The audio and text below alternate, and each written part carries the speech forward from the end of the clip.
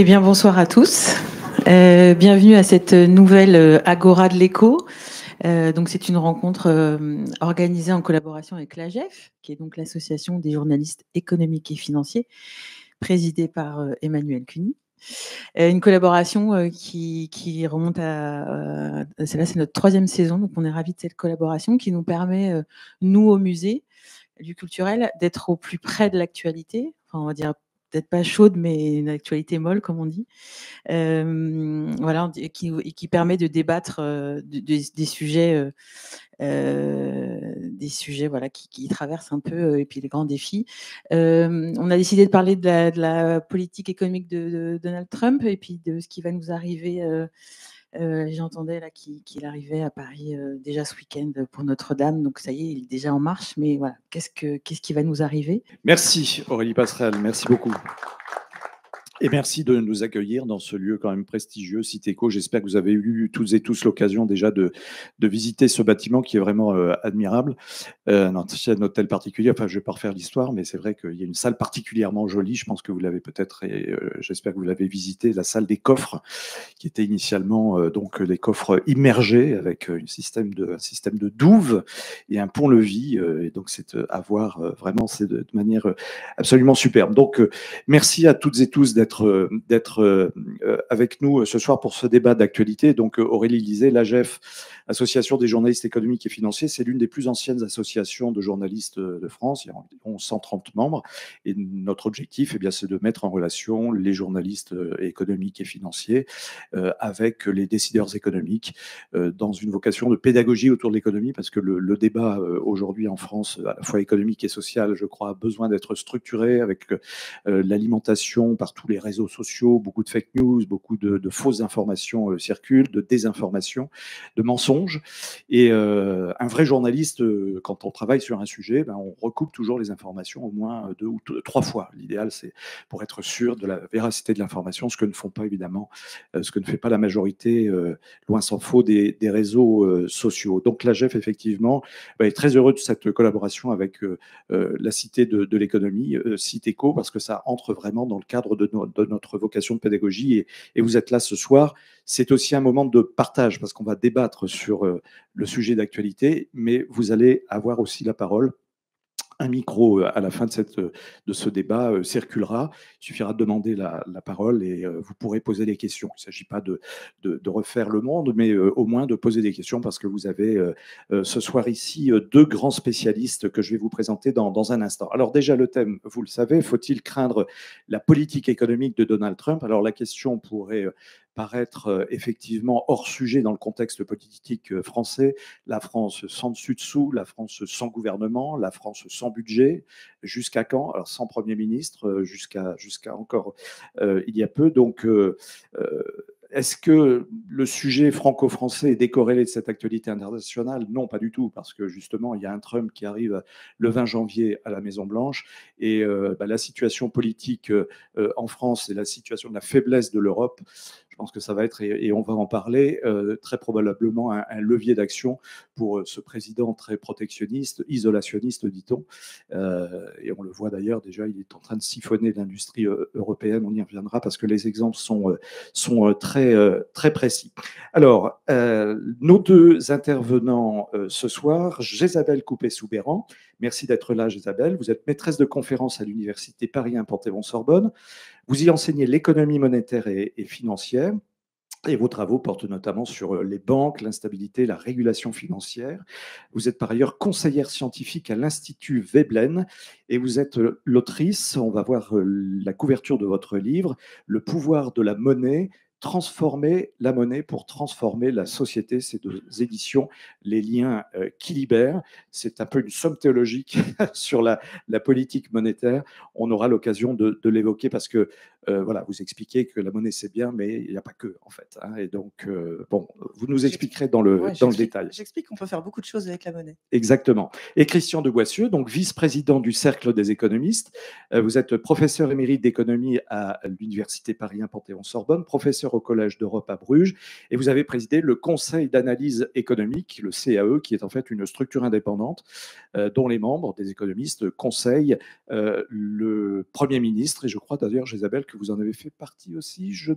Des petites mains, je dirais, bon, d'accord. au Conseil d'analyse économique. Mais toutes parmi les mains les sont conseillers importantes. scientifiques. Voilà, toutes les mains sont importantes pour conseiller le chef du gouvernement. Et Christian de Boissieu, vous avez écrit beaucoup de livres. On va citer celui qui est peut-être le plus en phase avec notre actualité. Le patriotisme économique a-t-il un sens aujourd'hui, et la mondialisation en question? On va y revenir. Il y a un autre ouvrage plus récent peut-être? Le micro, pardon. C'est pas grave. Bonjour à tous. J'ai co-dirigé un livre qui est sorti en juin sur réussir la transition énergétique et écologique, où j'avais abordé les questions de financement. Comment financer la transition? Bon, ça rejoint également nos sujets. Alors, je vais vous donner au début chacun cinq petites minutes de propos liminaires, et puis après, on va rentrer dans le débat avant d'échanger avec le public ici présent. Jésabelle Coupé-Soubeyran, je me tourne tout d'abord vers vous, pour qu'on comprenne bien où nous allons, hein, à la fois dans notre débat et dans la situation. Quels sont les réels enjeux de géopolitique économique à l'heure où nous parlons? Oui, alors, on est effectivement dans une situation, je dirais, dans une situation d'incertitude grande au niveau international, une incertitude là qui est amplifiée, je dirais, par la crise politique française. Qu'est-ce que va changer l'installation de Donald Trump au niveau de la géopolitique économique? Je pense que ça va en fait accentuer une tendance qu'on pouvait déjà un peu pressentir. C'est-à-dire que, vous l'avez dit tout à l'heure, Donald Trump ne cache pas ses intentions isolationnistes. Il va mettre en œuvre une politique très protectionniste et en fait, ça va, je pense, accentuer ces forces que l'on sentait avant l'arrivée de Donald Trump, à savoir des forces de démondialisation, des forces de déglobalisation, où le monde en fait se recompose en bloc. Donc on a plutôt on avait déjà, je dirais, des grands blocs qui se constituaient, sauf que il y avait le grand bloc, on va dire, le grand bloc européen, le grand bloc asiatique, le grand bloc, voilà, le grand bloc. Le grand bloc américain. Et là, je pense que ce qui va s'accentuer, c'est sans doute aussi des forces de fragmentation à l'intérieur de chacun de ces blocs.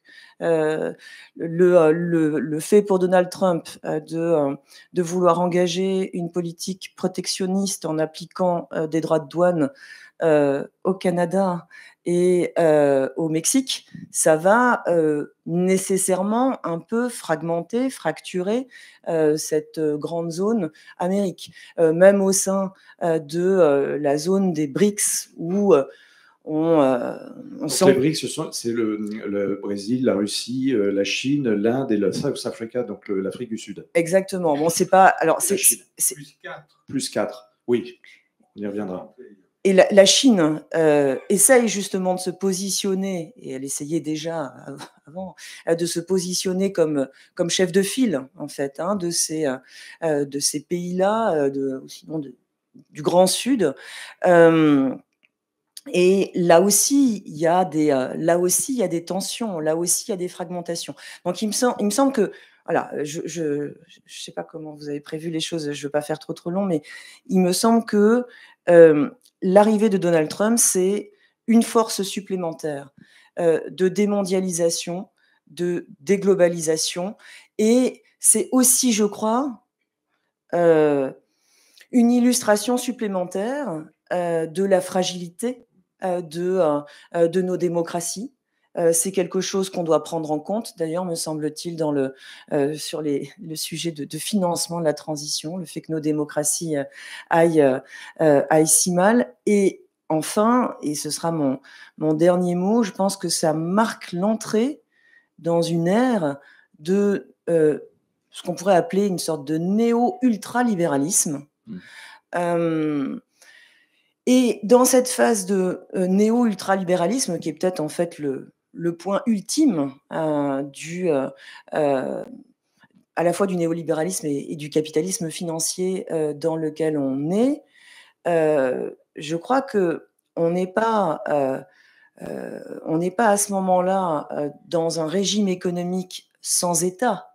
On est dans un régime économique où l'État est mis au service des intérêts privés, au service des intérêts de Donald Trump, d'Elon Musk, à qui il a confié les rênes des finances publiques américaines.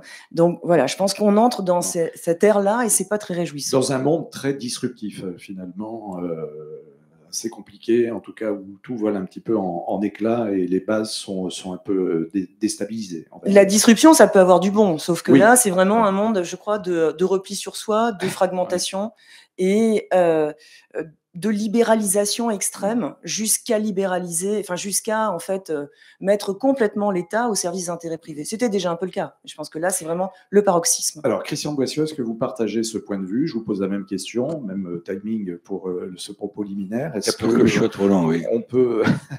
Est-ce que, enfin, quel est votre regard sur les enjeux politiques, de géopolitique économique auxquels nous sommes confrontés aujourd'hui? Je suis d'accord avec pas mal de points de Isabelle, mais je vais peut-être l'exprimer dans mes termes. La fragmentation de l'économie mondiale, elle a commencé quand? Avec le Covid. Donc, elle a commencé en 2020. Elle a été accentuée par les conséquences de la guerre en Ukraine. Et puis, il n'y a pas que la guerre en Ukraine, il y a le Proche-Orient, il y a des foyers, il y a plusieurs théâtres d'opérations, malheureusement, de guerre, qui poussent à ça également. Je suis d'accord avec Isabelle sur le fait que Trump, ce n'est pas vraiment une rupture, c'est plutôt une accentuation. Je veux dire, faisons le raisonnement 10 secondes. Si Kamala Harris avait été élue, l'Europe aurait été confrontée à une partie des problèmes auxquels nous allons confronter. Alors peut-être avec moins d'intensité, mais il faut quand même rappeler que le protectionnisme aux États-Unis a été marqué par l'administration de ce qu'on appelle l'IRA, Inflation Reduction Act, pris sous l'administration Biden, donc démocrate. Ce sont des centaines de milliards d'euros injectés dans l'investissement. Dollars. Des subventions données aux entreprises qui viennent s'installer sur les territoires américains, qu'elles soient américaines ou étrangères. Et c'est une manière d'essayer d'attirer des entreprises aux États-Unis sous couvert de politique énergétique, puisque les entreprises au titre de l'IRA reçoivent des subventions si elles satisfont un certain nombre de critères liés à la lutte contre le changement climatique. Bon, ça c'était ma première remarque. Ma deuxième remarque, c'est, pour moi, l'économie mondiale, elle est fracturée par deux conflits, au-delà des guerres.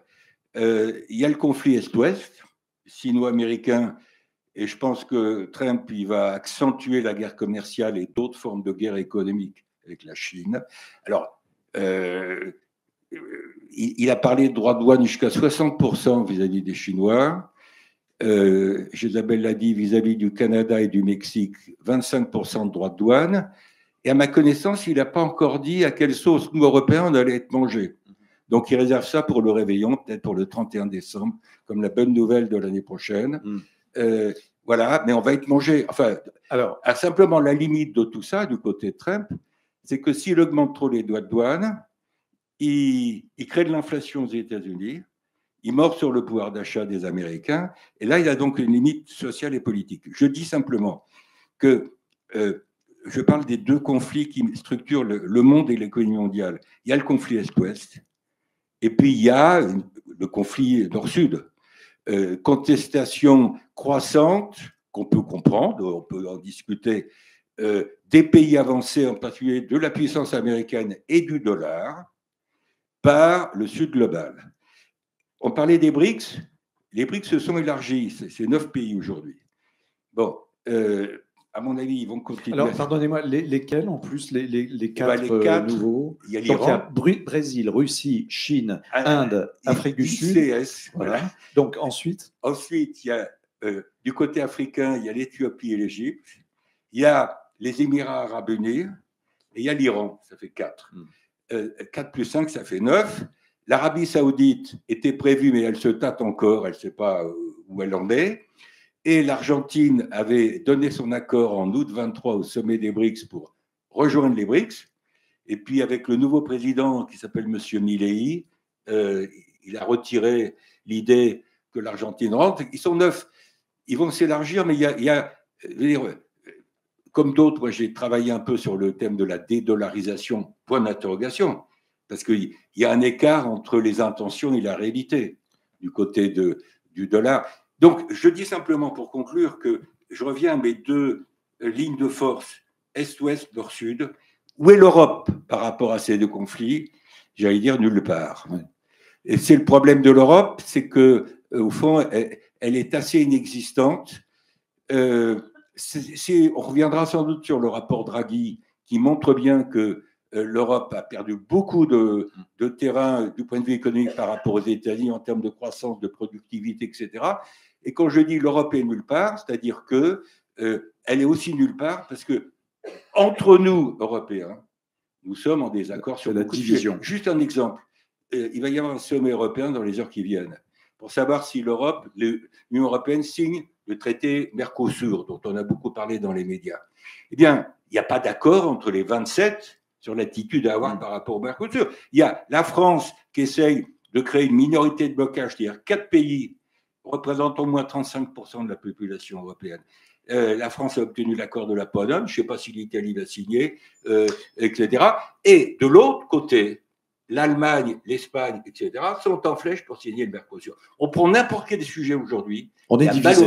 On est divisé. Il y a malheureusement, donc ça réduit aussi notre capacité d'exister. Alors, justement, ça, on est en plein dans les rapports de force hein, que vous évoquiez, Isabelle Coupé-Soubeyran. Quel est votre le regard? Est-ce que vous êtes d'accord avec cette vision d'une Europe complètement morcelée, divisée? Parce que, en fait, quand on regarde, si on utilise une image, on a deux gros blocs avec deux grosses boules de pétanque bien lourdes, bien métal, la Chine et les États-Unis d'un côté, puis au milieu, on a 27 petits cochonnets qui se baladent comme ça, en bois. Donc, est-ce que l'image est volontairement provocatrice, mais on en est là finalement. On a ces deux gros blocs qui nous prennent en étau, en fait, et nous, on est des petites boules de bois. Oui, alors les grosses boules de pétanque, hein, quand même, Chine et États-Unis ont aussi des défis à relever. La Chine a des défis intérieurs à relever. Elle doit vraiment arriver à son autonomie technologique. C'est pas gagné. Elle a des défis extérieurs. Je disais tout à l'heure, il faut qu'elle essaie de trouver sa place au niveau international et elle a encore du mal à le faire. Donc, il y a des défis en Chine. Et puis, je pense qu'il y a des défis aussi immenses aux États-Unis parce que l'arrivée de Donald Trump montre au fond que cette grande démocratie avec double guillemets ne va pas bien. Pourtant, je suis d'accord sur le constat de grande fragilité et de grande désunion européenne. Mais la construction européenne, on le dit depuis longtemps, est incomplète. Et c'est ça aussi qui crée de la désunion. On dit généralement et souvent que, enfin, il y a plusieurs écoles, mais il y a une école qui dit on a mis la charrue avant les bœufs, c'est-à-dire qu'on a créé l'union monétaire avant de créer une vraie union politique. Ça fait débat. Oui, alors effectivement, le projet européen, ça a été d'abord un projet d'union économique et monétaire. Ça aurait dû finalement être complété très rapidement par une union bancaire, une union budgétaire, une union politique. L'union bancaire, elle est arrivée, mais tardivement. Il a fallu la crise des dettes souveraines pour y parvenir et elle est encore inachevée. Elle est inachevée précisément parce que il n'y a pas d'union budgétaire entre les pays de la zone euro, et tant qu'il n'y a pas cette volonté vraiment institutionnalisée de mettre des ressources en commun, eh bien, on peut pas finaliser cette union bancaire qui consiste pas seulement à surveiller les banques à l'échelle européenne, à résoudre les difficultés à l'échelle européenne, mais aussi à créer une garantie des dépôts unique. Alors, et ça, tant qu'il n'y a pas de ressources communes, on n'y arrive pas. Et il n'y a pas cette union fiscale et politique. Des unions, donc, et puis problème de conjoncture, parce que quand on voit le moteur économique, on dit le franco-allemand, l'Allemagne va mal, alors que c'est quand même le moteur économique de la zone euro. On voit la France aujourd'hui, on y reviendra la France, parce que bon, là, on va rester sur l'international. Quand on voit vraiment, il y a un gros problème européen. Il y a un gros problème. C'est-à-dire que le problème en Europe, c'est qu'il n'y a plus de locomotive, ni du point de vue économique, ni du point de vue politique. C'est-à-dire que l'Europe est un système, alors à 27 dans l'Union européenne, à 20 dans la zone euro, c'est un système dans lequel il n'y a plus d'encre, encre avec un A. Il n'y a plus d'ancrage. Avant, il y avait l'encre qui était le Deutschmark avant l'arrivée de l'euro, il y avait des encres. Et là, l'Allemagne est en récession 2023-2024, elle va un peu rebondir l'année prochaine, mais enfin pas terrible. Et nous, on ne va pas très bien. Je pense que, sans épiloguer sur les événements que nous traversons, il est clair que ça aura forcément un impact sur la croissance. Donc, on est une zone où il n'y a plus de locomotive. Ça justifie le point de départ du rapport Draghi qui consiste. Je rappelle quand même que les États-Unis, au troisième trimestre 2024, affichent une croissance annuelle de 2,8%. Bon, nous, on se traîne pour des tas de raisons, mais on a des croissances, quand ce n'est pas négatif comme l'Allemagne, on est autour plutôt de 1, sauf l'Espagne. Oui. Sauf l'Espagne qui a une croissance intéressante. On va parler du rapport Draghi. Hein. On va mais je ne suis pas inquiet. Le rapport Draghi, c'est Mario Draghi, Super Mario, l'ancien président de la Banque Centrale Européenne, qui a été également Premier ministre italien et qui a pondu un rapport donc, au printemps, au début de l'été. Non, il est sorti. Non, oui. il y a quelques... Bon, enfin, en septembre. C'était en septembre, effectivement, autant pour moi. Et alors, bon, il prouve qu'en fait, on manque d'évidence d'investissement, de fonds pour innover. Donc ça, on va y revenir dans le détail. Vous souhaitiez réagir, Isabelle? Oui, je souhaitais juste dire un petit mot sur l'Allemagne. Et d'ailleurs, vous signalez un excellent chapitre de l'économie mondiale 2025 qui a été réalisé par une collègue de l'OFCE et qui dresse, je dirais, un diagnostic de l'économie allemande qui pose la question de savoir si l'Allemagne traverse un état de fatigue passagère ou si c'est vraiment en fait un problème plus structurel. Oui. Et l'analyse est très balancée, mais on sent bien quand même qu'il y a des problèmes structurels assez profonds en Allemagne. L'Allemagne a réalisé sa situation de dépendance commerciale à l'égard de la Chine, de dépendance énergétique à l'égard de la Russie, et pour maintenir son industrie, qui est sa force, il va falloir qu'elle continue de la décarboner, même si elle a de l'avance par rapport à certains pays européens, et qu'elle investisse massivement. Or, eh bien, il y a toujours cette orthodoxie budgétaire allemande dont l'ensemble des Européens pâtissent. Et ça me fait dire une chose, c'est qu'en fait, alors, bien sûr, là, on manque d'une locomotive. Le pays leader de la zone euro et qui avait toujours décidé pour tout le monde est en train d'aller mal. Cela étant, peut-être que cette faiblesse, d'une certaine manière, pourrait nous aider à sortir un peu de l'ornière, parce que je pense que... Ça nous secoue, en fait. Surtout, l'Allemagne, qui avait toujours été radicalement opposée à l'union budgétaire, va avoir besoin de lâcher du lest au niveau budgétaire et va avoir besoin de ses partenaires européens. Donc en fait, ce moment de faiblesse, c'est peut-être le moment qui va ouvrir le chemin de l'union budgétaire dont on a besoin. Alors, ça ne suffira pas, je pense. Les faiblesses sont là. Est-ce que finalement, ça c'est la question suivante, ça ne va pas servir Donald Trump? Est-ce que finalement, ce n'est pas une arme pour lui, la faiblesse de l'Europe? On voit déjà ses projets. Il va arriver à la Maison-Blanche le 20 janvier prochain. On sait qu'il va appliquer des taxes, 10-20%, voire plus sur certains produits européens, 60%, voire 100% sur les produits chinois. Nous, Européens, on exporte essentiellement vers les États-Unis des médicaments, de la pharmacie et des automobiles. On voit déjà, on a vu Stéphane Bancel, donc le patron du laboratoire pharmaceutique qui est à l'origine du vaccin Moderna, qui est allé s'installer, il avait déjà compris, il est allé s'installer aux États-Unis. Là, on voit aujourd'hui clairement un appel c'est même plus en filigrane, c'est un appel clair de Donald Trump en disant « Chères entreprises européennes, si vous souhaitez éviter les taxes à l'importation, ben venez chez nous, parce que non seulement vous n'aurez pas les produits importés taxés, et en plus vous bénéficierez des baisses d'impôts pour les entreprises. » Je disais tout à l'heure, j'utilisais le terme de siphonnage, mais ça y est, c'est parti. Là, on va avoir des entreprises françaises qui vont partir aux États-Unis, des entreprises européennes. Ça fait autant de plans sociaux en plus et autant d'emplois en moins chez nous. Exact. Ça pose le problème de l'attractivité de l'Europe. Avant peut-être de répondre à ta question, un petit point sur lequel je voulais revenir, excuse-moi. Moi, je n'ai pas de regret par rapport au fait que l'Europe, comme tu l'as dit, a mis la charrue avant les bœufs. Si on avait attendu l'union politique pour faire la monnaie unique, on aurait pu attendre longtemps.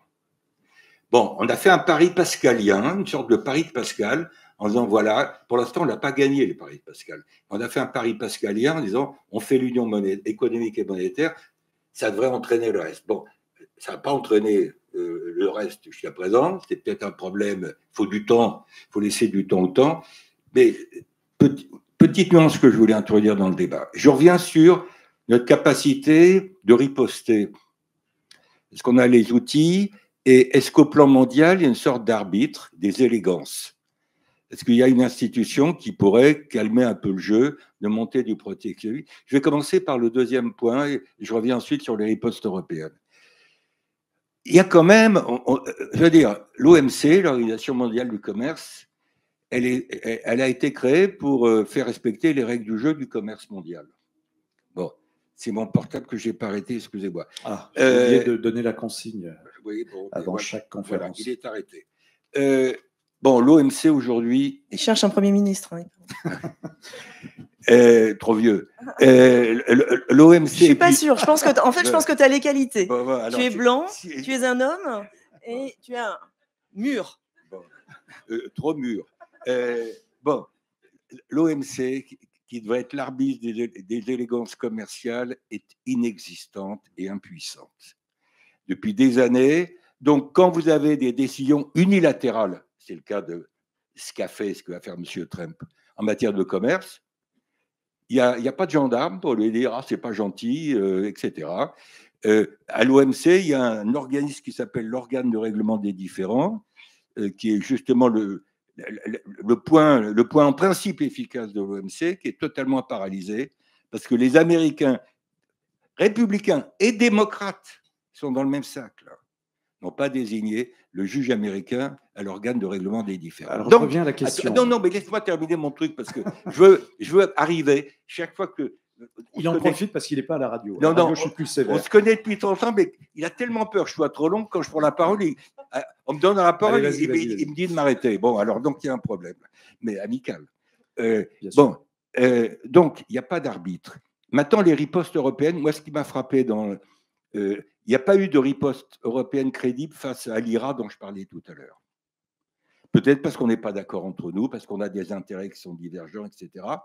Donc, moi, je souhaite que l'Europe se bouge, et c'est un peu la conclusion du rapport Draghi.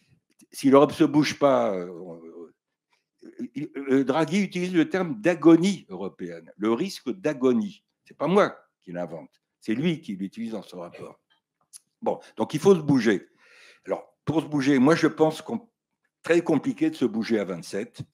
Et donc, on le voit bien avec le Mercosur et les attitudes différentes à l'ère du Mercosur. Je pense que pour avancer sur des problèmes de gouvernance économique et politique de l'Europe, et en particulier de la zone euro, je pense qu'il va falloir avancer, et c'est à la fois de l'économie, de la géopolitique, de la politique, avec ceux qui le veulent et qui le peuvent. L'Europe a noyau, c'est ça? Mais l'Europe à plusieurs vitesses, elle n'est pas pour demain, elle est déjà là aujourd'hui. Simplement, il y a des formules, je ne vais pas revenir sur les traités européens, mais on peut avancer à moins de 27 sur un certain nombre de sujets. Il y a des sujets sur lesquels on ne peut pas avancer à moins de 27. La fiscalité, il faut l'unanimité. Les sujets sociaux de sécurité sociale, il faut l'unanimité. Mais je répète, je veux dire, il y a quand même le feu dans la maison européenne face à un monde qui bouge. Si on ne bouge pas, alors que les autres avancent, j'avais parlé des difficultés de la Chine qui sont claires. Enfin, ils avancent quand même. Mais ce siphonnage-là que j'évoquais de Trump, c'est un vrai risque? Quoique le siphonnage de l'industrie européenne par le président américain. J'évoquais, à mon avis, ce qui peut être une limite à la politique unilatérale sur les droits de douane. La limite, c'est l'inflation américaine. S'il augmente trop les droits de douane, ça va faire de l'inflation. Et le consommateur américain, qui a soi-disant d'ailleurs voté pour Trump à cause de l'inflation, je ne sais pas si c'est vrai ou pas vrai. Là, je pense que c'est la limite aux décisions de Trump. On va avoir l'occasion, je pense qu'il y aura des questions sur cette partie commerciale. Je voudrais quand même qu'on aborde la question des monnaies, parce que ça, c'est important. Il y a la guerre commerciale qui se profile. Est-ce qu'on va de nouveau vers une guerre monétaire? Est-ce qu'on est encore aujourd'hui, je dirais, est-ce que c'est encore intelligent de défendre une monnaie forte? Parce que c'est effectivement l'orgueil, souvent politique, de dire il faut un euro fort, il faut un dollar fort, etc. Or, une monnaie forte, pour une zone d'activité, ce sont des exportations beaucoup plus chères. Donc là, est-ce qu'on ne va pas, Isabelle Coupet-Soubeyran, spécialiste des questions monétaires, ô combien, est-ce qu'on ne va pas vers cette guerre où Trump va faire en sorte que le dollar ne soit pas trop fort, donc faire en sorte que l'euro soit peut-être même au-dessus pour que les exportations européennes soient plus chères. Là, c'est un vrai sujet de friction, ça, les monnaies, non? Est-ce qu'on va vers une nouvelle guerre? Parce qu'on n'a pas parlé de la Chine, enfin le yen aussi, le yuan, pardon. Le yuan est dans la course également. Donc, est-ce qu'on va vers cette guerre monétaire, Isabelle? Alors, pour le moment, c'est vrai que la réélection de Donald Trump a largement profité au dollar. D'accord, le dollar s'est apprécié par rapport à l'euro.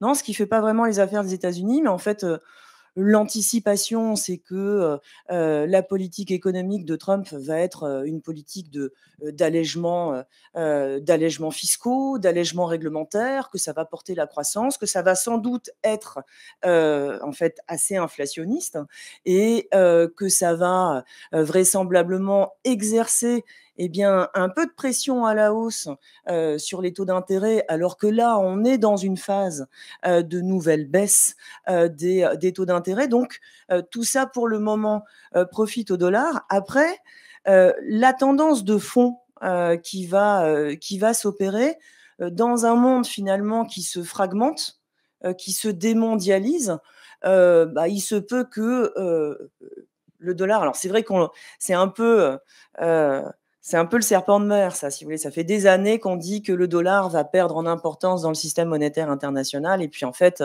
il est toujours là, il conserve sa place parce qu'il n'y a rien pour le remplacer. Mais là, si on est quand même dans ce monde qui se fragmente ou avec des blocs qui s'agencent, peut-être que le dollar va perdre en force. Mais au profit de qui? Au profit de l'euro, par exemple? Est-ce que ce serait une bonne chose pour l'Europe d'avoir un euro plus fort?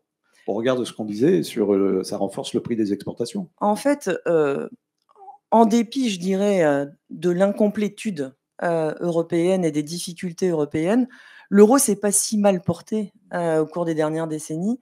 L'euro s'est pas si mal porté. En même temps, il n'a pas non plus véritablement réussi à devenir une devise clé comparable au dollar. Donc, est-ce qu'il peut le devenir et est-ce qu'on a intérêt à ce qu'il le devienne? Pourquoi? Dans quel objectif? Est-ce qu'un euro plus fort, c'est un euro plus porteur? Pas forcément. De toute façon, lorsque le cours de change d'une monnaie varie, il y a toujours des gens qui sont contents et puis des gens qui sont pas contents, hein. C'est-à-dire que si l'euro s'apprécie, on y voit effectivement un signe de force, mais c'est pas bien pour les entreprises exportatrices dont les produits vont coûter plus cher. C'est bien en revanche pour les importations qui coûtent moins cher, mais c'est toujours extrêmement difficile de prévoir véritablement les conséquences d'une variation de la monnaie et de savoir si, au fond, une monnaie forte est une bonne chose pour l'économie. En revanche, ce qu'il faut, c'est bien sûr de la stabilité monétaire, de la stabilité financière. Ça aussi, c'est important pour l'économie. Et juste pour terminer sur Trump et la monnaie, il me semble que le dollar ne va pas forcément se renforcer avec Trump parce qu'il ne le voudra pas forcément et parce que aussi il s'est largement converti aux cryptos. Ah. D'accord. Donc Trump, il y a encore quelques années, nous disait que le Bitcoin c'était une véritable arnaque. Depuis qu'il est très copain avec Elon Musk, qui lui comprend en fait que avec une crypto-monnaie, il peut récupérer, il peut privatiser le pouvoir de la monnaie, faire sa propre monnaie. Elon Musk aime beaucoup le Bitcoin et depuis que Donald Trump aime beaucoup Elon Musk, il aime aussi beaucoup le Bitcoin. Et le Bitcoin le lui rend bien, parce que cette nuit, il a dépassé les 100 000 $ l'unité. 100 000 $ l'unité, le Bitcoin. Alors, ça correspond aussi à l'annonce du souhait de Donald Trump de pousser à la tête de l'autorité de régulation des marchés américains un avocat qui est pro, justement. Alors, vous utilisez le terme monnaie, monnaie numérique. Bon, c'est tout le débat aussi. Pour certains, ça, c'est une autre école. C'est pas une monnaie, c'est un actif hyper spéculatif. Alors, donc, on est un peu dans l'enceinte de la Banque de France, là. Et pour la Banque de France, effectivement, on ne doit pas dire crypto-monnaie, on doit dire crypto-actif. Et ce qu'on ne nomme pas n'existe pas. Je pense que malheureusement, ça existe. Je dis malheureusement, ça existe. Et je pense que derrière le Bitcoin, derrière les cryptos, il y a un vrai projet monétaire, il y a un vrai... Alors, c'est pas moi celui auquel j'adhère. Contestataire aussi, peut-être, pour certains. Il y a des jeunes aujourd'hui qui disent « moi, je vais acheter du Bitcoin pour contourner les banques centrales, l'euro, les grandes monnaies traditionnelles, il y en a marre. » C'est une expression de défiance et c'est surtout un projet de société en arrière-plan. C'est un projet de société très tourné vers la technologie, très tourné vers l'individu, qui défie complètement l'État, l'autorité, les tiers de confiance. Donc, c'est une certaine société. C'est un gros danger, c'est crypto-actif hyper spéculatif. Tu me laisses aller au bout de mes 3 minutes. Si ce ne sont que 3 minutes, c'est très bien. Bon, non. Je pense qu'il faut distinguer 2 sujets sur les monnaies. Les taux de change et les parts de marché. Et qu'il y a une confusion qui est faite entre les deux dans ce débat. Clarifie. Le taux de change, est-ce qu'on va vers un dollar fort en termes de taux de change? Le dollar a monté depuis l'élection de Trump, mais tout ça, c'est du yo-yo et on ne peut pas faire des prévisions de taux de change à 1 ou 2 ans. Je m'y refuse. Ça va dépendre des politiques de taux d'intérêt des 2 côtés de l'Atlantique. Qu'est-ce que va faire la Banque centrale européenne la semaine prochaine? Est-ce qu'elle va baisser ses taux directeurs et de combien? Qu'est-ce que va faire la Réserve fédérale la semaine prochaine également? Elle va baisser ou pas de combien? Le différentiel de taux d'intérêt des 2 côtés de l'Atlantique joue un rôle à court terme sur le taux de change. Sur les parts de marché, c'est ça qui m'intéresse. Parce que derrière les parts de marché, il y a la géopolitique, il y a le pouvoir. Le dollar représente 59%, donc je vais arrondir à 60%, des réserves de change des banques centrales dans le monde. Statistique du FMI. L'euro, Isabelle disait l'euro est loin, c'est vrai. L'euro fait 20%. L'euro, on regarde cet indicateur, c'est 1/3 du dollar. Mais derrière, il n'y a pratiquement plus personne. C'est-à-dire que le dollar plus l'euro, ça fait 80% des réserves de change des banques centrales dans le monde. La livre sterling, des miettes, la livre sterling est tombée en 2e division, elle ne repassera pas en première. Le yen japonais est tombé en 2e division monétaire et ne passera pas en première. L'histoire monétaire ne repasse pas les plats.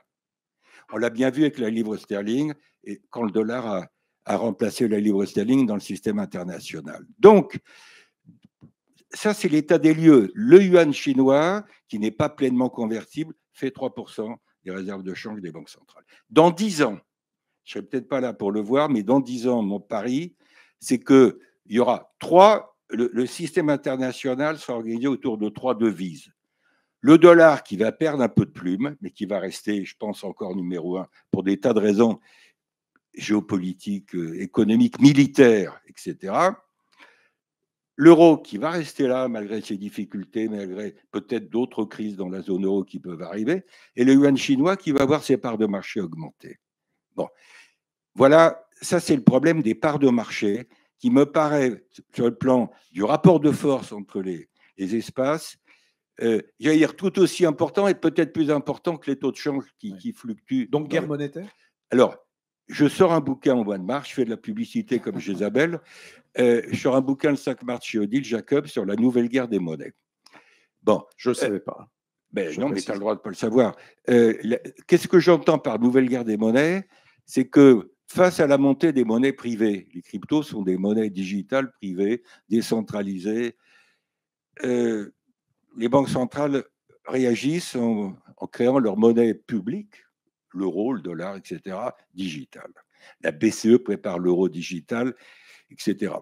Bon, et donc il y a cette guerre des monnaies avec des enjeux de contrôle, de souveraineté entre monnaie privée et monnaie publique, sujet qui m'intéresse et qui, à mon avis, a des répercussions. Alors, le Bitcoin, je fais de la publicité pour moi, je peux continuer. J'ai sorti cet après-midi dans les Échos demain matin sur un papier qui s'appelle La folie Bitcoin, point d'interrogation. C'est-à-dire que pour moi, il y a une bulle sur le Bitcoin, clairement. Donc, 100 000 $, mais ça retombera un jour, peut-être dans 3 mois. Je rappelle qu'il est assez rapidement passé le Bitcoin, par exemple, de 3 000 $ il y a quelques années à 70 000 2 ans après, aujourd'hui à 100 000. Tout ça est très spéculatif. Vous avez affaire à un marché étroit. Le Bitcoin, c'est 1 500 milliards de dollars dans le monde. Le total des cryptos, c'est 3 000. Le Bitcoin fait 50% de part de marché. Et quand vous avez un marché comme ça étroit, il suffit d'un petit décalage entre l'offre et la demande pour provoquer des variations de cours relativement importantes. Alors, il n'y a pas de banque centrale derrière le Bitcoin. Voilà, donc j'appelle ça la nouvelle... C'est une arme monétaire. C'est une arme monétaire. Jézabel a bien expliqué pourquoi Trump est derrière ça. Il y a Elon Musk, il y a aussi le fait une partie de sa campagne a été d'ailleurs financée en Bitcoin par un certain nombre de startups, etc. Il y a tant que le débat crypto-monnaie, crypto-actif, il est à la fois important et moi, j'aime pas passer mon temps sur des querelles sémantiques parce que les cryptos ne sont pas des vraies monnaies. Bon, elles ne servent pas d'unité de compte, elles sont trop volatiles et je ne peux pas acheter ma baguette de pain ou ma bagnole en Bitcoin, sauf si le vendeur est d'accord. C'est-à-dire que le Bitcoin, les autres cryptos n'ont pas cours légal. Le seul pays aujourd'hui dans lequel le Bitcoin a cours légal, c'est le Salvador, 4 millions d'habitants. La République centrafricaine avait essayé de faire ça pendant 2-3 ans, ils ont arrêté, et le Venezuela également. Donc, tant que les cryptos ne sont pas officiellement reconnus, c'est-à-dire n'ont pas cours légal, comme on dit, ce ne sont pas des vraies monnaies. Ouais. On pourrait se lancer dans un grand débat monétaire sur le type d'approche permettant de bien appréhender ce qu'est la monnaie. L'approche que met en avant Christian, c'est une approche, je dirais, fonctionnaliste, hein, qui met simplement l'accent sur les fonctions de la monnaie en tant qu'instrument. La monnaie, c'est plus large que ça. C'est vraiment une institution qui façonne la société et derrière, je dirais, chaque projet de monnaie, il y a un projet de société, ce que je disais tout à l'heure, et malgré tout, même si ça ne sert pas véritablement encore beaucoup d'intermédiaires des échanges, si on ne compte pas en Bitcoin, je suis tout à fait d'accord avec ça, mais il y a quand même un projet monétaire derrière. On fera un autre débat sur le sujet. Derrière les cryptos. Et non, je crois qu'on est d'accord là-dessus, mais il faut être conscient de ça. Il ne suffit pas de dire c'est un pur actif spéculatif, c'est du vent, etc. Parce que même si on ne veut pas de ça, il faut être conscient qu'en fait, c'est une force de transformation monétaire en présence. Et d'ailleurs, je pense qu'au niveau monétaire, on va sans doute aller vers davantage de formes monétaires, de pluralité monétaire. Alors tout cela à l'aune, donc je reviens à la question d'ailleurs, à l'aune de l'arrivée de Donald Trump à la Maison-Blanche. Ce sera le 20 janvier avec tous les projets qu'il a dans les cartons. En fait, à vous entendre tous les deux, on est au cœur d'un vrai choc de compétitivité entre à la fois l'Europe, les États-Unis. C'est la compétitivité. Je ne parle pas de rentabilité forcément des entreprises. C'est sur ce terrain-là que ça va se jouer après l'arrivée de Trump aux États-Unis. Ça nous ramène au rapport Draghi. Ça nous ramène au rapport Draghi qui, Christian le disait tout à l'heure, dresse un état des lieux assez sombre de la compétitivité européenne, en disant qu'il y a un véritable décrochage et qu'il y a une situation en outre de dépendance européenne dans des secteurs stratégiques qu'il faut véritablement arriver à défaire. Il faut que l'Europe arrive à retrouver de l'autonomie dans la production, dans la production des matières premières dont elle a besoin pour son industrie. Donc, le rapport Draghi met ça en avant, et le rapport Draghi arrive à un ordre de grandeur important. Il nous dit, en fait, si on veut si on veut remettre l'Europe à niveau, si on veut procéder à l'ensemble des transformations à la fois écologiques et industrielles nécessaires pour réduire les dépendances actuelles de l'industrie européenne, il faut investir chaque année, en plus de ce qu'on investit déjà, 5% du produit intérieur brut européen. C'est-à-dire la richesse produite par l'Europe, par les entreprises européennes. Oui, le produit intérieur brut, c'est une année de revenus distribués, une année de dépenses effectuées en Europe, ou une année de richesse produite en valeur ajoutée. Eh bien, il faut 5 fois, il faut 5 points de PIB d'investissement supplémentaire chaque année. Est-ce qu'on va y arriver? C'est toute la question. Est-ce que c'est de l'argent public uniquement? Alors, ce que dit Mario Draghi, c'est que il faut beaucoup d'investissements privés pour y arriver. Il faut un peu d'investissement public. Peut-être sous-estime-t-il la part des investissements publics. Et il nous dit, pour y arriver, en fait, eh bien, il faut réunifier les marchés de capitaux européens, il faut faire l'union des marchés de capitaux, il faut que les entreprises se financent davantage par la dette. Moi, ça me fait quand même un petit peu peur, ce genre d'ingrédients. Et puis, il nous dit aussi quelque chose que Jean-Claude Juncker, l'ancien président de la Commission européenne avant Ursula von der Leyen, avait déjà, en fait, petite musique qu'il avait déjà fait sonner. Il nous dit aussi, eh bien, si les entreprises n'arrivent pas à se financer sur les marchés de la dette, c'est pas grave, qu'elles continuent de se financer auprès des banques, et autorisons les banques à titriser les crédits des entreprises. Donc les solutions de Mario Draghi, c'est ça, c'est l'union des marchés de capitaux, c'est la titrisation, un peu aussi quand même. La titrisation, rapidement, une définition. Alors la titrisation, c'est le fait de transformer des crédits bancaires en titres pour aller vite, d'accord, hein, donc, et est-ce que des crédits aux PME, ça se transforme facilement en titres? Ça déjà, c'est pas si simple. Et est-ce que c'est pas une bombe qu'on remet dans le système financier? Une bulle qui peut exploser en quelque sorte. Pas une bulle, une véritable bombe, parce qu'après on dissémine, on dissémine le risque dans le système financier. Et il dit quand même une chose intéressante, c'est qu'il faut alors, il parle pas d'union budgétaire, mais il dit qu'il faut arriver à mutualiser les financements. En ça, il a raison, mais encore faut-il ouvrir davantage le chemin de l'union budgétaire. Est-ce que c'est possible, ça, Christian de Boissieu? Avant de lancer un nouvel emprunt mutualisé, il faudrait d'abord dépenser le premier. On a lancé le premier emprunt mutualisé, la première fois qu'on mutualisait les dettes publiques en Europe. En 2020, première année du Covid, 750 milliards d'euros. Jusqu'à présent, seul le tiers a été déboursé. Donc, quand le président Macron, avant l'été, a dit, dans un sommet européen, ça serait peut-être pas mal de lancer un deuxième emprunt mutualisé, on peut lui répondre ou lui dire qu'il faudrait peut-être d'abord montrer qu'on est capable de dépenser ce qui est prévu. Oui. Deuxièmement, par rapport à ce que disait Isabelle, je ne cherche pas à avoir le dernier mot, mais quand je parle des fonctions de la monnaie, ce n'est pas du tout exclusif du fait de cette formule dont je démarre quand je parle de la monnaie, une formule du président Andrew Jackson aux États-Unis, « Money is power ».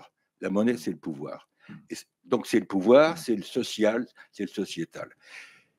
Choc de compétitivité pour nous. Pour moi, l'arrivée de Trump, ça veut dire aussi autre chose dont on n'a pas du tout parlé. Pour moi, l'arrivée de Donald Trump, c'est une mauvaise nouvelle pour essayer de relancer la gouvernance mondiale. Bon, le monde va rester, malgré la fragmentation, le monde va rester quand même largement mondialisé, y compris dans le domaine de la finance. Je ne vois pas d'obstacle à la mobilité des capitaux aujourd'hui, dans la plupart des pays. Donc la fragmentation, elle est plus commerciale que financière.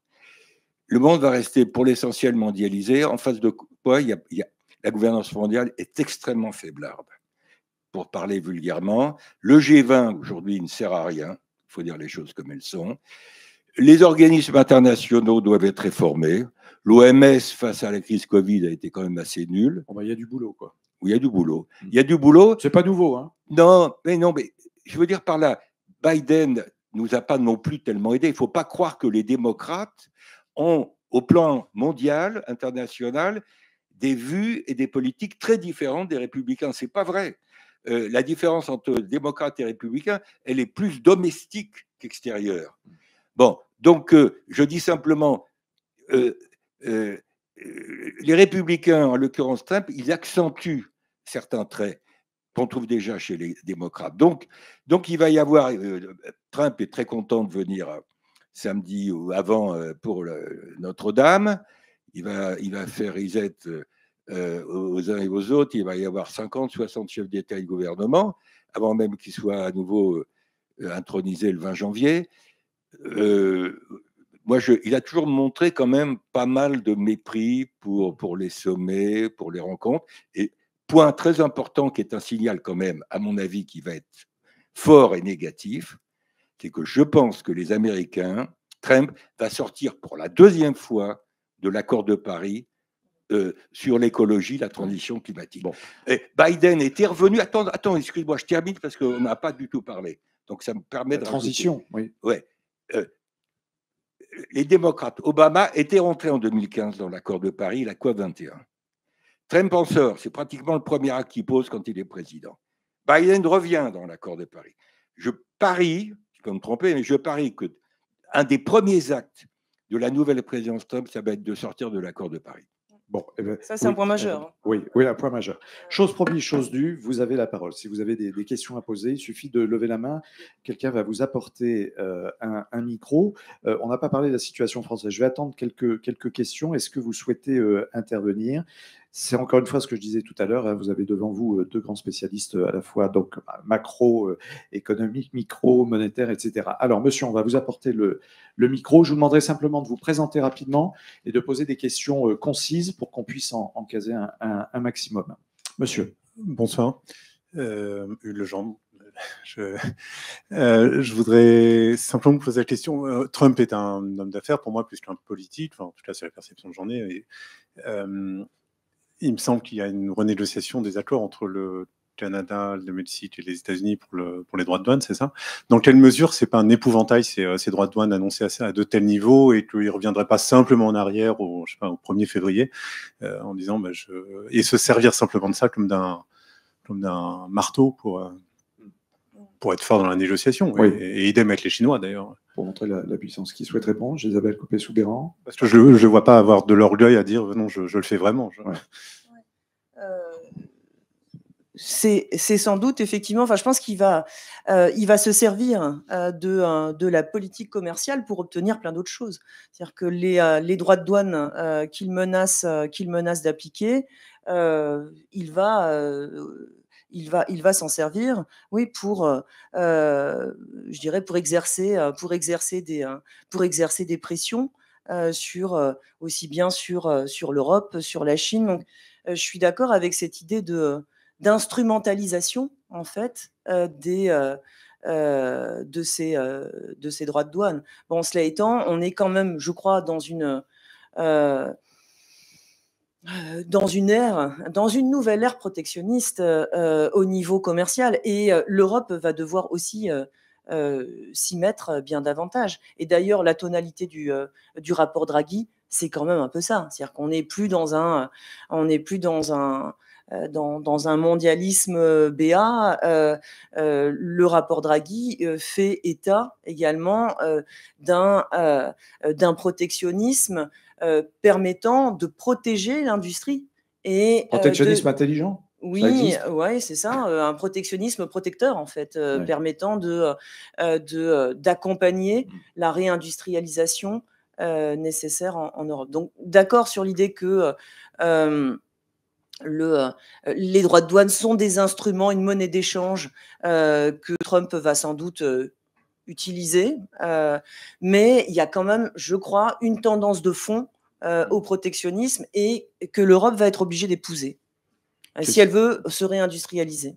Christian. Je rajoute la chose suivante, c'est que certes, je pense que tout ça sont des menaces, ou armes de négociation, mais par rapport au Mexique, il utilise ça aussi pour poser le problème des flux migratoires vis-à-vis du Mexique. C'est moins important vis-à-vis du Canada, l'immigration. C'est plus important l'histoire du mur, le mur entre le Mexique et les États-Unis. Donc, mais je pense quand même que, même si c'est une arme de négociation, moi je prends au sérieux quand même quand il évoque ces droits de douane importants. Et j'ajoute qu'il y a quelque chose qui m'étonne, que je n'ai pas creusé, mais j'en entends pas tellement parler. Il y a un accord de libre-échange entre les trois, États-Unis, Canada, Mexique, qui s'appelait l'ALENA, l'Association de libre-échange nord-américaine. Et je ne vois pas comment cette annonce unilatérale est compatible avec la zone de libre-échange. Alors, est-ce que ça veut dire que, de fait, Trump est en train de remettre en cause cet accord à trois, qui existe depuis des années, ou pas? Et j'ai pas vu tellement le débat ouvert. Il y a des coups de canif, en tout cas, dans les accords, des coups de canif aussi dans le multilatéralisme, l'IRA, tu le disais tout à l'heure, ça enfreint le multilatéralisme commercial qui s'appliquait auparavant. Tu parlais de l'OMC tout à l'heure. L'OMC, de ce point de vue-là, assez moribond. Non, mais ça veut peut-être dire, mais il faudrait le savoir, que de fait, l'ALENA est morte. Voilà. Mais je ne l'ai pas vu écrit ou dit comme ça. On posera la question à Trump vendredi. On lui posera à Notre-Dame la question. Est-ce que quelqu'un souhaite intervenir? Monsieur, on va vous apporter le micro. Bon, toujours pareil, présentation et questions concises, s'il vous plaît. Merci. Oui, Jean-Pierre Armoy. Vous avez évoqué l'orthodoxie budgétaire allemande et on a senti que pour eux, c'était une espèce de boulet. Mais alors, si l'orthodoxie budgétaire est un boulet, l'absence totale d'orthodoxie budgétaire que l'on connaît en France depuis 50 ans, vous avez vu M. Fourcade, qui est le dernier budget en équilibre, et pourtant on voit bien tous les inconvénients, c'est-à-dire cette dette qui s'est accumulée, ce déficit, enfin ces déficits partout. Donc, il faut bien sortir de ça quand même. Et je ne sacralise pas la dette publique. Je ne fais pas partie de ceux qui considèrent que la dette publique n'est jamais un problème. Vous savez, on entend ça chez certains économistes, et notamment chez des économistes du courant de la théorie monétaire moderne, qui nous disent qu'en fait, les déficits, la dette, c'est pas du tout un problème. Je pense, comme vous, que la dette publique ne peut pas monter jusqu'au ciel, d'accord. Donc il faut à un moment donné la stabiliser. Je pense qu'en plus la dette publique, c'est pas simplement un instrument de financement, c'est aussi un rapport de dépendance. C'est un rapport de dépendance, en l'occurrence des États vis-à-vis des marchés, et ça soumet les États au marché financier. On le voit là, notamment avec la crainte pour la France de subir les foudres du marché, de voir le coût des emprunts, des emprunts d'État français augmenter, etc. Donc, je sacralise pas du tout la dette publique. Cela étant, si on forme une union économique et monétaire, on a aussi besoin de mettre en commun des ressources budgétaires et de mutualiser la dette. Et tout à l'heure, j'évoquais l'orthodoxie budgétaire allemande pour dire que ils avaient quand même installé un carcan budgétaire au niveau européen, et qu'ils étaient farouchement opposés depuis longtemps à toute mise en commun des ressources à l'union budgétaire. Et je pense que c'est peut-être ça qui va quand même un peu céder avec les difficultés allemandes. Mais pour financer la transition, Moi, il me semble, si vous voulez, que une union budgétaire européenne donnerait certes un peu plus de marge de manœuvre, mais ne suffira pas. Je pense que pour financer la transition, eh bien, et en particulier pour... alors, il y a plein d'investissements à réaliser dans la transition. Il y a une part d'investissement non rentable. Si on veut réparer la nature, c'est pas rentable. Si on veut faire de l'accompagnement social, ça coûte, c'est pas rentable. Tout ça, je pense que ça peut pas se financer par de la dette. Parce que financer ça par de la dette, c'est toujours aussi se soumettre à une exigence de croissance pour pouvoir rembourser cette dette. Et je pense que pour financer ces dépenses-là, indispensables, non rentables, on a besoin de transformer la monnaie, on a besoin de mobiliser la Banque centrale et de lui faire émettre de la monnaie sans dette, de la monnaie subvention, d'avoir une source monétaire de subvention pour réaliser ces investissements-là. Donc voilà. Christian. Là, on est en total désaccord. Mais il faut du désaccord. Et amical, total désaccord, parce que financer la transition énergétique, ce sont des financements à long terme dont on a besoin. Ce sont plutôt des banques de développement qui peuvent faire ça. La BEI à Luxembourg, en Afrique, la BAD, la Banque africaine de développement, la Banque mondiale, au niveau mondial. Et pour moi, financer la transition par de la création monétaire débridée, la seule conséquence... Pourquoi tu dis débridé? Parce que y avait pas pour détruire l'argument, pourquoi tu dis débridé? Tu dis à la fois ça va coûter très cher et tu dis il faut financer ça par de la création monétaire. Donc je parle de création monétaire débridée. La seule conséquence, ça sera de relancer l'inflation. Non. Attends, mais je termine. Ouais. La seule conséquence, donc pour moi, c'est pas la bonne voie. Le rôle d'une banque centrale, c'est pas. Tu n'as pas lu Le pouvoir de la monnaie. Non, mais pourtant, je te l'ai envoyé. Oui, oui, j'ai tort, mais je préparais les miens aussi. Une séance de rattrapage. Chacun son truc. Il y aura une séance de rattrapage. Bon, non, mais sur le budget, c'est vrai que face à l'orthodoxie budgétaire allemande peut-être excessive, il y a une hétérodoxie française également excessive. Bon, donc c'est pas à nous, Français, donner des leçons aux Allemands. Hein.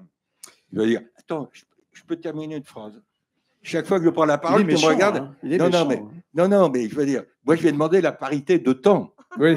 Je vais demander la parité de temps. Fait tourner les chronomètres. Bon, je dis simplement que pour moi, le critère, c'est de savoir si déficit et dette sont soutenables dans la durée. Le seul critère économique, c'est la soutenabilité. Et pour répondre à cette question, ce que dit l'économiste, c'est que tout dépend de la comparaison entre le taux de croissance et le taux d'intérêt payé sur la dette. On va avoir l'année prochaine en France une croissance qui ne va pas être terrible. Je ne sais pas si c'est 0,5, 0,6, ça va dépendre aussi de ce qui va se passer dans les jours et dans les mois qui viennent. La croissance, elle n'est pas donnée, elle dépend de nous quand même aussi. Bon, les taux d'intérêt réels, hors inflation, ont remonté. Depuis quelques années, on n'est plus dans la période des taux zéro. Les taux négatifs, on en est sorti.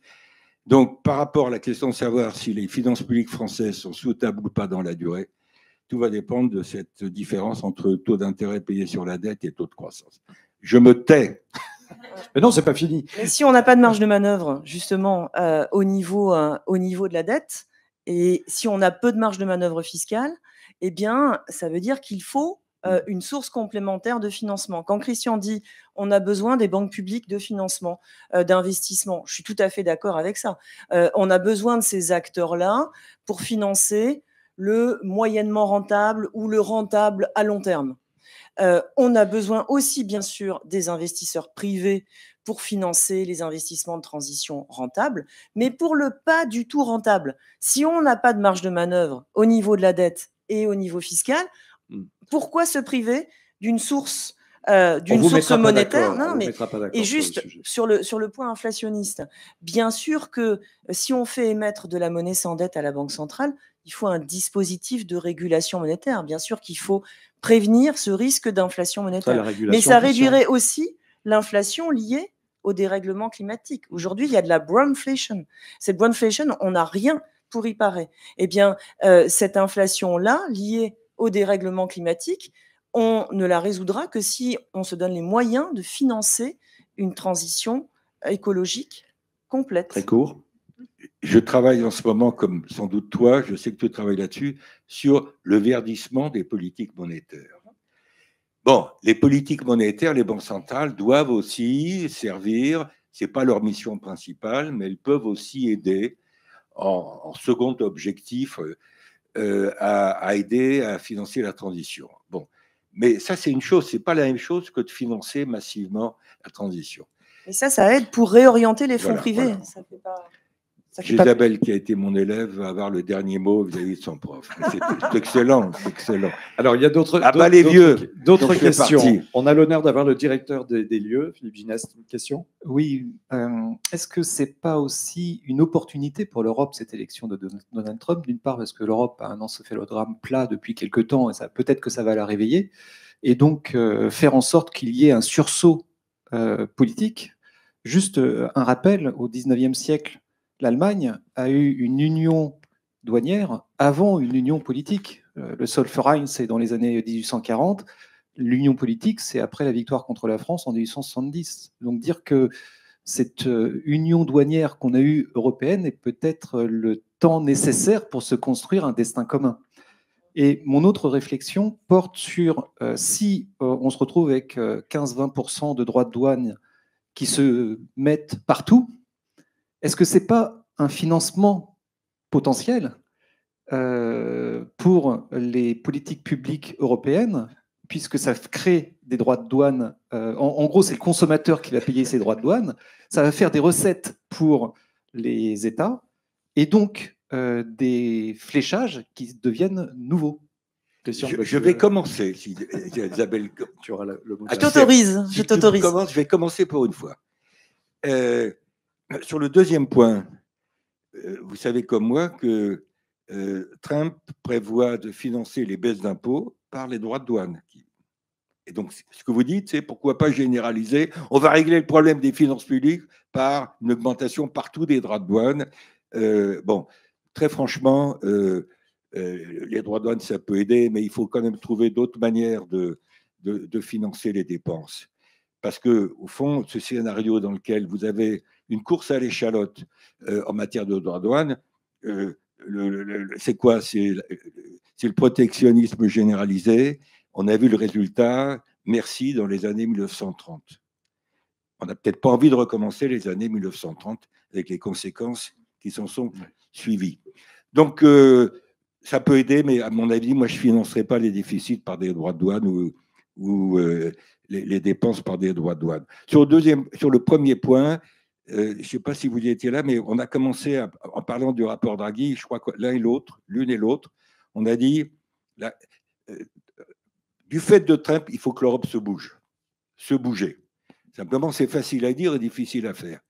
Bon, alors, moi, je pense, c'est ma point de vue personnel, je n'ai pas entendu Isabelle là-dessus, elle n'a pas eu l'occasion de s'exprimer, mais je pense que ça va être très compliqué de se bouger à 27, pour des tas de raisons que vous savez. Vous prenez n'importe quel sujet aujourd'hui, vous prenez le Mercosur, vous prenez la politique énergétique, un gap entre la France et l'Allemagne, nucléaire, pas nucléaire. Sur tous les sujets, vous avez des fractures qui traversent malheureusement l'Europe, et je dis malheureusement parce que moi, je reste résolument européen. Je l'ai toujours été, on en est témoin, vous en êtes témoin, je n'ai pas changé d'avis. En 92, je participais à des soirées Tupperware pour vendre le traité de Maastricht. Bon, je ne vendais pas des lessives ou je ne sais pas quoi, mais je vendais le traité de Maastricht. Bon, donc, se bouger, maintenant, comment on se bouge?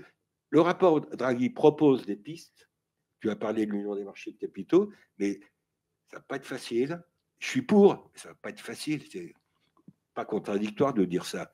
Un, je suis pour, et deux, ça ne va pas être facile. Changer la politique européenne de la concurrence à Bruxelles, je suis pour, ça ne va pas être facile. Donc voilà, c'est un problème politique. Est-ce qu'il y a aujourd'hui en Europe des leaders?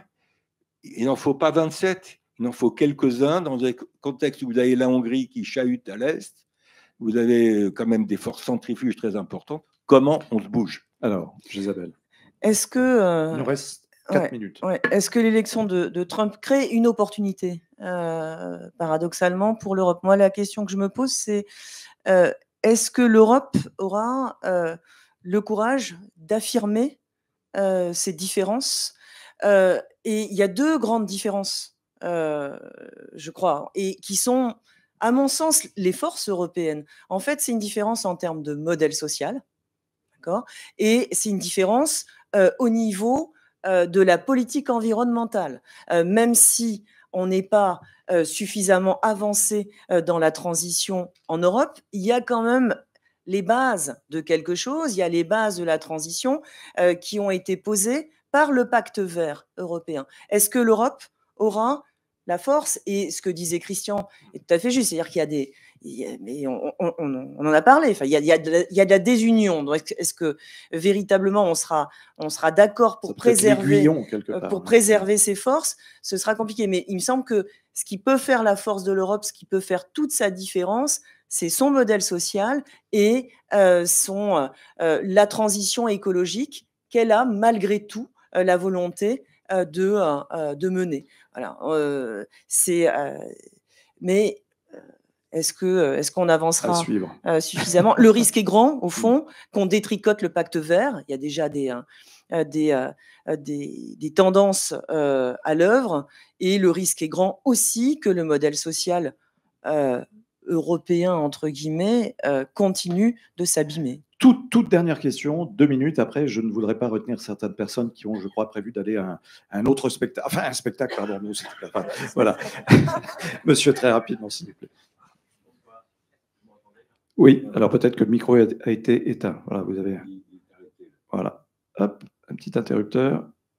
Et on y va. Voilà, c'est parfait. On vous entend. Christophe Lermite. Alors moi, j'ai une question peut-être un peu provocatrice pour Emmanuel Cuny.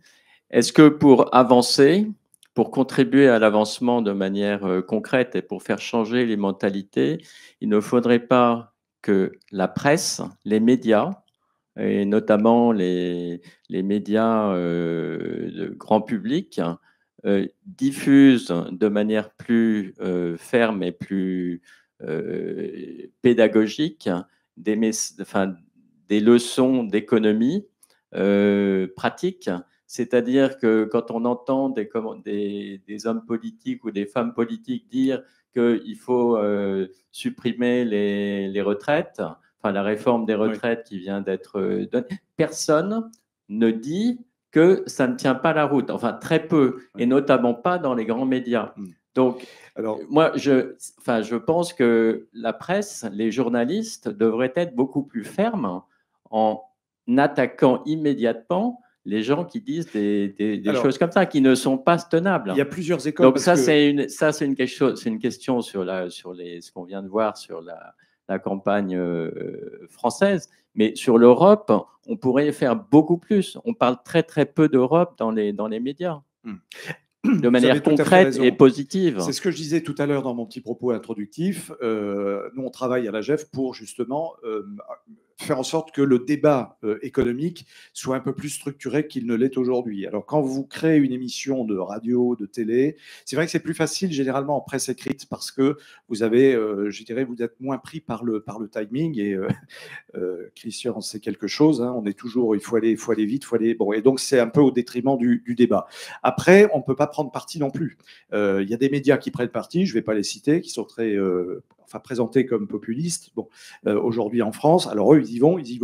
Est-ce que c'est la bonne solution? Ils mettent les invités, on dira aussi peut-être toujours les mêmes invités, devant leurs propres contradictions. Un journaliste, moi, quand je fais un débat à la radio, j'équilibre, si vous voulez. Après, effectivement, dire à tel économiste ou tel homme politique ou femme politique que c'est faux, certains le font. Mais il y a aussi, et ça, c'est un problème de formation. Je ne veux pas cracher dans la soupe, mais on a un problème. Je crois qu'il faut revoir la formation économique dans les écoles de journalisme, comme dans les universités, etc. C'est un point très important. Et ça, c'est un point crucial, parce qu'il faut maîtriser pour avoir... pour mener un débat face à un spécialiste, il faut maîtriser tous les mécanismes. Alors, je ne dis pas qu'il faut qu'un journaliste sache lire un bilan d'entreprise ligne par ligne, mais au moins qu'il sache déjà faire la différence entre chiffre d'affaires et bénéfice. Bon, voilà. Donc, moi, on travaille beaucoup. Hein, je ne critique pas mes consoeurs et mes confrères. On travaille beaucoup. Là, je grossis volontairement le trait. Mais je crois qu'il y a un problème. Il faut mieux se former, nous, les journalistes. Moi, j'insiste beaucoup là-dessus. Et puis après, il y a le côté de ce qu'on appelle le droit de suite. Moi, j'ai un invité politique en face. Je n'ai pas à le recadrer. Bon, il vient, il est politique. Bon, à la limite, on fait un débat entre un politique et un économiste. Le journaliste, il va essayer de rééquilibrer en se tournant vers l'économiste. Bon. Mais vous soulevez une vraie question. Je ne sais pas si j'y ai répondu entièrement, mais c'est un débat quotidien. Merci infiniment. Je pense qu'on peut vous applaudir, Jésabel Coupé-Soubeyran. On va remettre à l'écran, si c'est possible, vos 2 ouvrages. Voilà, donc à lire de toute urgence. Il y en a d'autres qui arrivent, Christian de Boissieu. Je vous laisse. Merci infiniment pour votre attention, la pertinence de vos questions. Et donc la suite, bien sûr, les nocturnes de Citéco se poursuivent. À très bientôt.